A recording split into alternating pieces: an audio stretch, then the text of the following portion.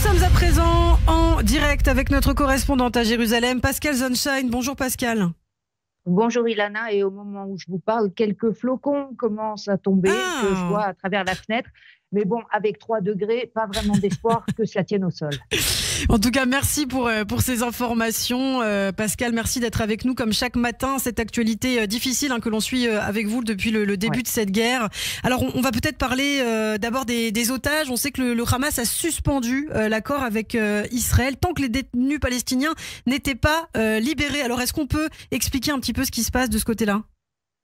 Donc, Israël continue à bloquer la libération des 600 terroristes qui auraient dû être échangés samedi contre les 6 otages libérés samedi et le retour des 4 dépouilles à la fin de la semaine dernière.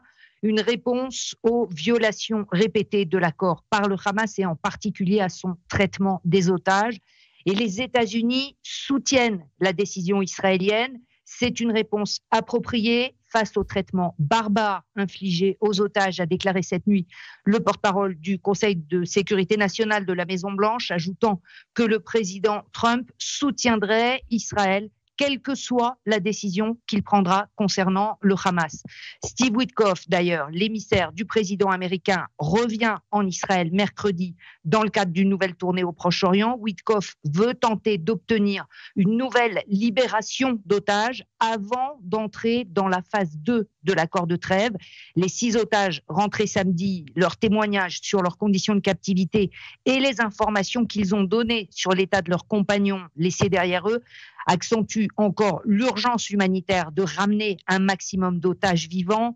Les négociations pourraient se concentrer sur les pères de famille et les otages blessés ou malades. Sur les 24 otages considérés comme toujours en vie, on a des informations récentes pour 16 d'entre eux, grâce justement aux otages libérés depuis le 19 janvier.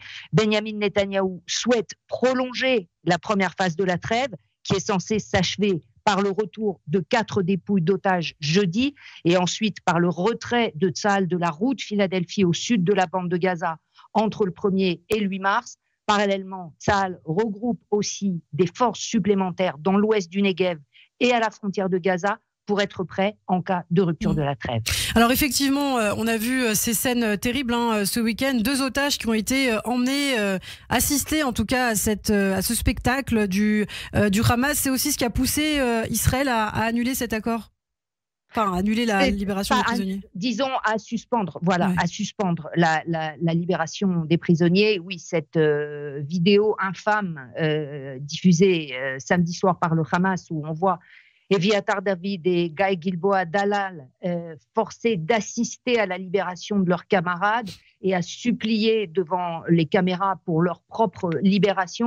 Donc c'était la provocation de trop du point de vue d'Israël. Après, évidemment, cet épisode épouvantable du retour de la dépouille de Shiri Bibas. On se souvient que jeudi soir, à l'Institut médico-légal, lors du retour des 4 dépouilles, les médecins légistes avaient découvert que le corps de la femme ramenée en Israël était celui d'une Palestinienne et pas celui de Shiri Bibas, qui a finalement été rendu vendredi soir par l'organisation terroriste. Alors on sait que Shiri, Ariel et Kfir vont être enterrés après-demain, une cérémonie dans l'intimité. Par ailleurs, concernant ce qui se passe sur la scène politique, on a vu notamment que Benyamin Netanyahou avait été hué hier lors de la cérémonie de remise des diplômes, justement parce qu'il a brandi une photo de la famille Bibas. Est-ce que vous pouvez revenir sur ce qui s'est passé, Pascal ?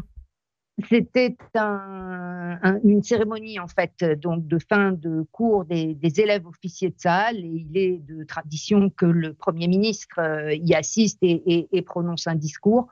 Il y a évidemment une émotion intense autour de la tragédie de la famille Bibas. Et de l'échec évidemment d'Israël à avoir pu les sauver, en tout cas à les ramener en vie, mais c'était aussi l'occasion pour le Premier ministre israélien de rappeler les objectifs de la guerre. Il faut donc bien comprendre que cette cérémonie se déroulait face à des élèves officiers, c'est-à-dire ceux qui vont prendre le relais maintenant dans cette guerre et conduire les troupes contre les organisations terroristes. Donc là, évidemment, à la fois une émotion, une colère et une tristesse évidemment intense pour la famille Bibas. Un mot par ailleurs, évidemment en parallèle à tout ce qui se passe du côté de cet accord et pour les otages, un mot de ce qui se passe sur le terrain, sur le front nord. On a vu que ce week-end, l'aviation israélienne s'était invitée aux obsèques de Hassan Nasrallah et continue d'ailleurs ses opérations antiterroristes.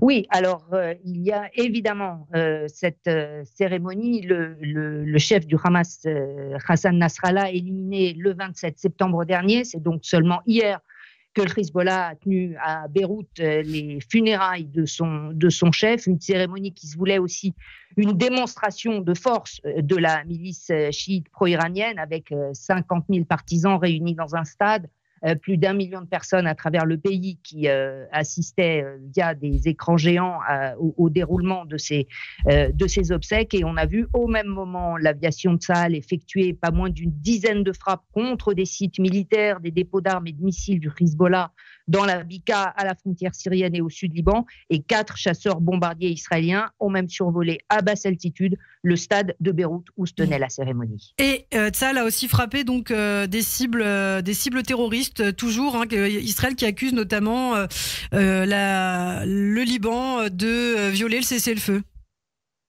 Oui, donc ces frappes de Tsahal au moment des obsèques de Nasrallah, des frappes qui d'ailleurs continuent en permanence pour empêcher le Hezbollah de se réarmer et de se regrouper au sud du Litanie. Rapidement, Pascal, aussi sur la scène diplomatique, on sait qu'il y aura cette réunion aujourd'hui du Conseil d'association Union européenne-Israël. Alors est-ce que c'est important?